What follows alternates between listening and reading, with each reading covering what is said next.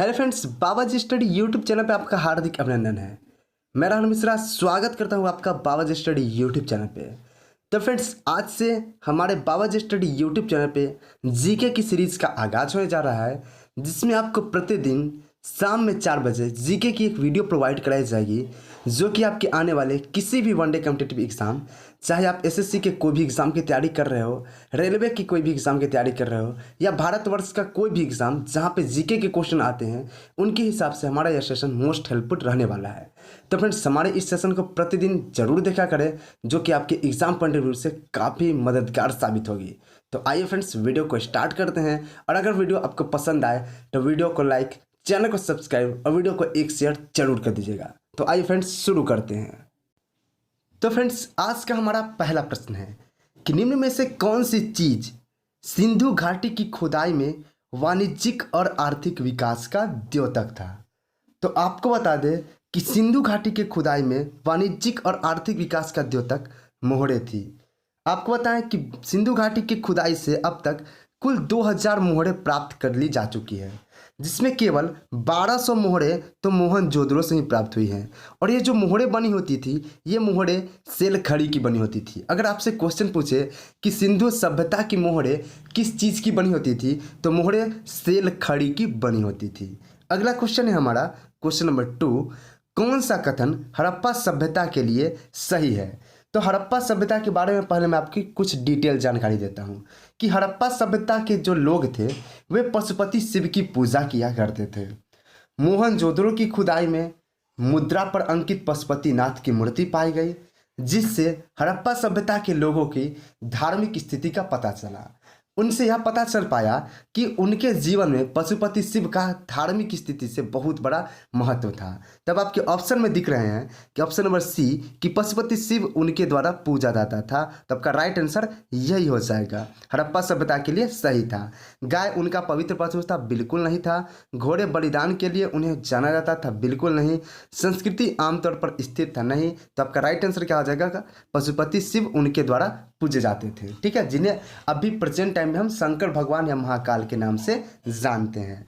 Next है हमारा question number 3, Bharat में सबसे पहले खोजा गया शहर कौन सा था। तो आपको बता दें कि सिंधु घाटी सभ्यता में सबसे पहले खोजा गया शहर जो था वह हड़प्पा था। आपका राइट आंसर क्या हो जाएगा, ऑप्शन नंबर ए। अगला क्वेश्चन क्वेश्चन नंबर 4 है, निम्न में कौन सी हड़प्पा की खुदाई में नहीं पाई गई। तो हड़प्पा सभ्यता की खुदाई में क्या नहीं पाई गई, इसके बारे में बताना है। तो मैं अभी आपको डिटेल एक्सप्लेनेशन देता हूं, उससे आप खुद पकड़ पाएंगे कि इनमें से क्या नहीं पाई गई थी, ठीक है। अब आराम से सुनिएगा। सैंधव सभ्यता विश्व की सबसे प्राचीनतम नगरीय सभ्यता थी, जिसकी विशेषता के रूप में उनकी सड़कें समकोण पर काटती थी। जो नगर थे वे 2 टीलों में विभाजित था, पश्चिमी टीला और पूर्वी टीला था। व्यवस्थित नालियां थी, जिससे जल निकासी की उत्तम व्यवस्था थी।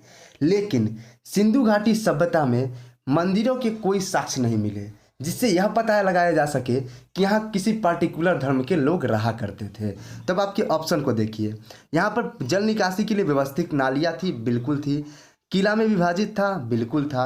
जलाशय थे, हाँ जी थे। लेकिन वहाँ पर मंदिर के कोई भी साक्ष्य नहीं थे। तो यहाँ पर आपके ऑप्शन में दे रखा है शिखर रहित मंदिर। जी हाँ फ्रेंड्स, वहाँ पर शिखर रहित मंदिर के कोई भी साक्ष्य नहीं मिले थे, जिससे यह भी पता नहीं लगाया गया कि हड़प्पा सभ्यता के लोग किस धर्म के अनुयायी थे, ठीक है फ्रेंड्स। तो ये हो गए आपके ऑप्शन नंबर डी इस क्वेश्चन का करेक्ट आंसर।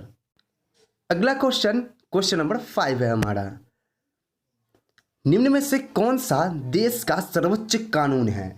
तो देश का सर्वोच्च कानून किसे कहा जाता है। तो देश का सर्वोच्च कानून भारतीय संविधान को कहा जाता है।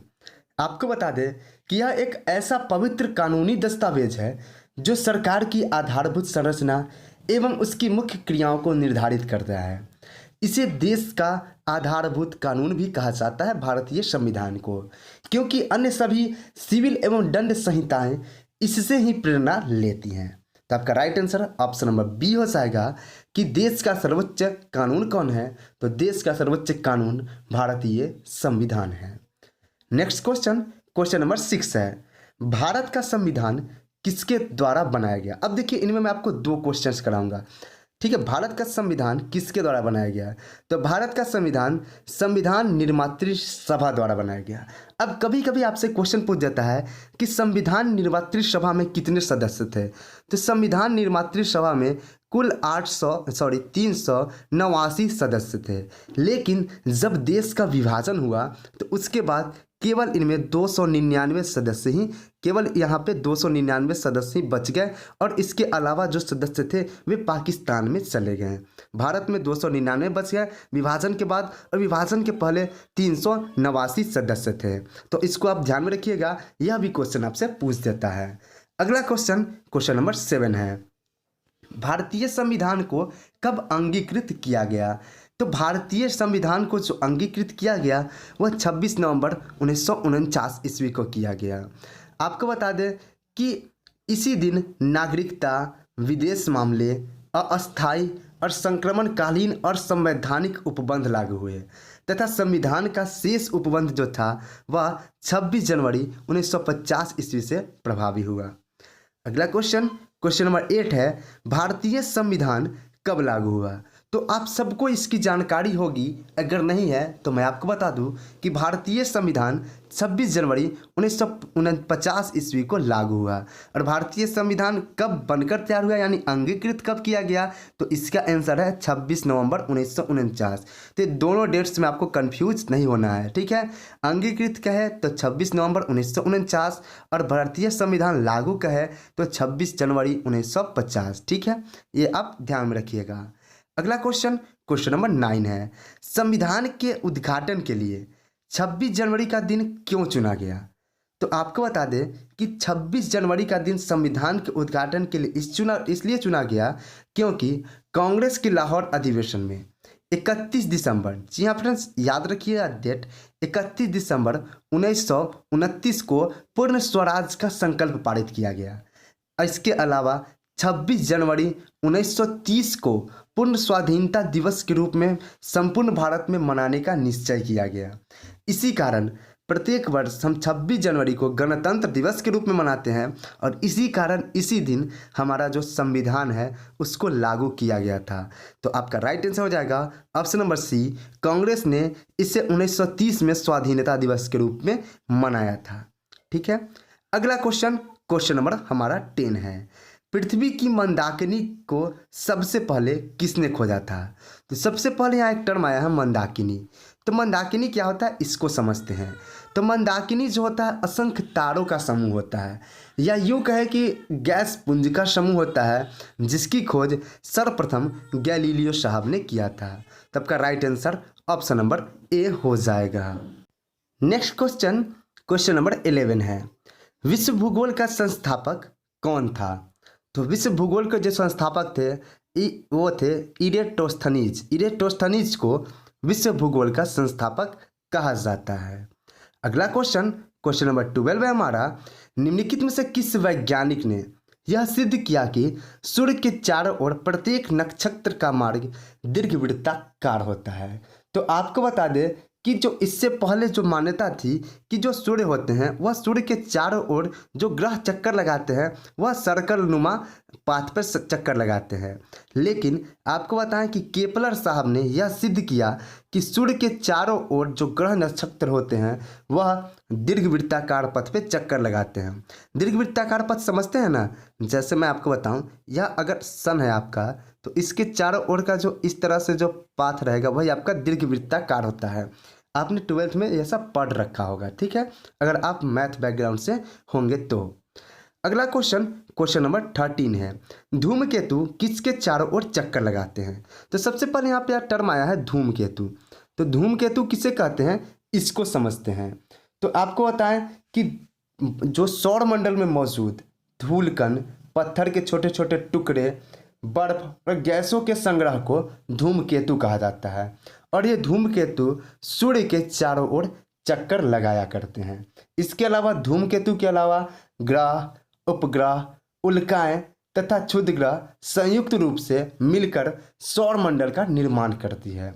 तो धूमकेतु कहते किसको, यह क्लियर हो गया। और धूमकेतु किसके चारों ओर चक्कर लगाते हैं? तो सूर्य के चारों ओर चक्कर लगाते हैं। अगला क्वेश्चन है, निम्नलिखित में से कौन सा सौर प्रणाली से संबंधित नहीं है? तो इसको आप ऑप्शन एलिमिनेट करके भी बना सकते हैं। तो क्षुद्र ग्रह सौर प्रणाली के से संबंधित है, धूमकेतु अभी मैंने बताया यह भी सौर प्रणाली से संबंधित है, ग्रह यह भी सौर प्रणाली से संबंधित है, लेकिन एक बच गया निहारिका। निहारिका सौर प्रणाली से संबंधित नहीं है, तो राइट आंसर आपका निहारिका ही हो जाएगा। परंतु अब सवाल यह आता है कि निहारिका होता क्या है? तो आपको बताएं कि निहारिका घूमते हुए गैसों का बादल होता है और निहारिका से ही ग्रह बनते हैं। ठीक है, आपको बताएं कि सूर्य तथा इसके ग्रह की उत्पत्ति इन्हीं गैसों के बादलों से हुई है, जिसे हम निहारिका कहते हैं। ठीक है फ्रेंड्स, अगला क्वेश्चन, नेक्स्ट क्वेश्चन है हमारा क्वेश्चन नंबर 15 है, जेनेरा प्लांटेरम नामक किताब किसने लिखी? तो जेनेरा प्लांटेरम नामक किताब कार्ल लिनियस ने लिखी। जेनेरा प्लांटेरम नामक किताब कार्ल लिनियस ने लिखा। और आपको बताएं कि जेनेरा प्लांटेरम जो है यह पौधे की प्रजातियों का एक विस्तृत संग्रह है पुस्तक के रूप में। याद रखिएगा, यह क्वेश्चन बार बार पूछा जाता है। जेनेरा प्लांटेरम नामक किताब किसके द्वारा लिखा गया? तो कार्ल लिनियस द्वारा लिखा गया और यह पौधे की प्रजातियों का विस्तृत जानकारी देता है। नेक्स्ट क्वेश्चन, क्वेश्चन नंबर 16 है, बॉटनिकल सर्वे ऑफ इंडिया का मुख्यालय कहाँ पे है? तो बता दें आपको, बॉटनिकल सर्वे ऑफ इंडिया का मुख्यालय यह कोलकाता में है। बॉटनिकल सर्वे ऑफ इंडिया पर्यावरण एवं वन मंत्रालय की मुख्य संस्था है, जो कि पौधे की वार्षिकी तथा उनके संरचना का अध्ययन करती है। इसका मुख्यालय कोलकाता में है।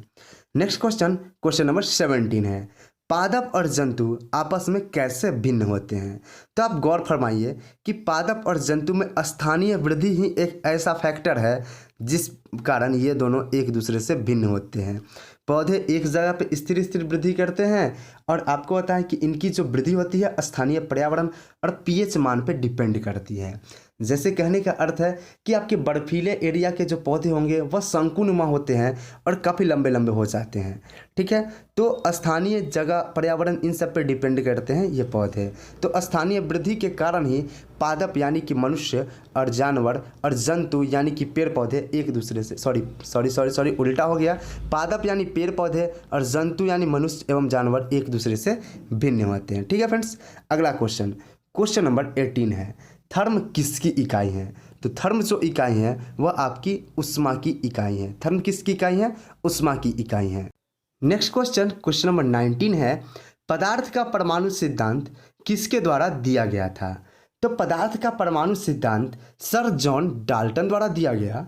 इस सिद्धांत के अनुसार पदार्थ अति सूक्ष्म, अविभाज्य और अटूट कणों से मिलकर बनते हैं, जिन्हें हम परमाणु कहते हैं। अगला क्वेश्चन, क्वेश्चन नंबर 20 है, हड़प्पा की सामाजिक व्यवस्था कैसी थी? तो हड़प्पा की सामाजिक व्यवस्था समतावादी थी। इसकी खुदाई में ऐसे कोई साक्ष्य नहीं मिले जिससे कि ऊंच एवं नीच जातियों में डिफरेंस पता किया जा सके। यहाँ पे जो घर बनाए गए थे वे सारे ऊंच जाति के घर और निम्न तबके के घर एक साथ बनाए गए थे, जिससे ऐसा कोई साक्ष्य नहीं मिला कि इनमें ऊंच जाति एवं नीच जाति में कोई डिफरेंस पता चल सके। तो हड़प्पा की सामाजिक व्यवस्था कैसी थी? समतावादी थी, जो कि बहुत ही बेहतरीन थी। आज के ज़माने में ऐसा देखने को बिल्कुल नहीं मिलता है। तो फ्रेंड्स, ये थे आज के 20 इंपॉर्टेंट क्वेश्चन जीके के, जो कि आपकी एग्जाम पॉइंट ऑफ व्यू से मोस्ट हेल्पफुल रहने वाले हैं। तो फ्रेंड्स, आप इस वीडियो को जितना हो सके शेयर करें, यदि पसंद आए तो लाइक और चैनल को सब्सक्राइब भी किया करें। और ये सारे क्वेश्चन जो होते हैं आपकी एग्जाम पॉइंट ऑफ व्यू से काफ़ी हेल्पफुल होंगे। प्रतिदिन हमारे सेशन को देखा करें, आपको निश्चित ही यहाँ से हेल्प मिलेगी। और यदि आपको मुझे कुछ सजेस्ट करना है इस सेशन की रिगार्डिंग, तो कमेंट बॉक्स से कमेंट करके मुझे सजेशन जरूर दे दिया करें, जिससे मैं उसमें कुछ सुधार करके आप लोगों के लिए कुछ और अच्छा कर सकूं। तो फ्रेंड्स, मिलते हैं नेक्स्ट सेशन में। तब तक के लिए जय हिंद, जय भारत, वंदे मातरम।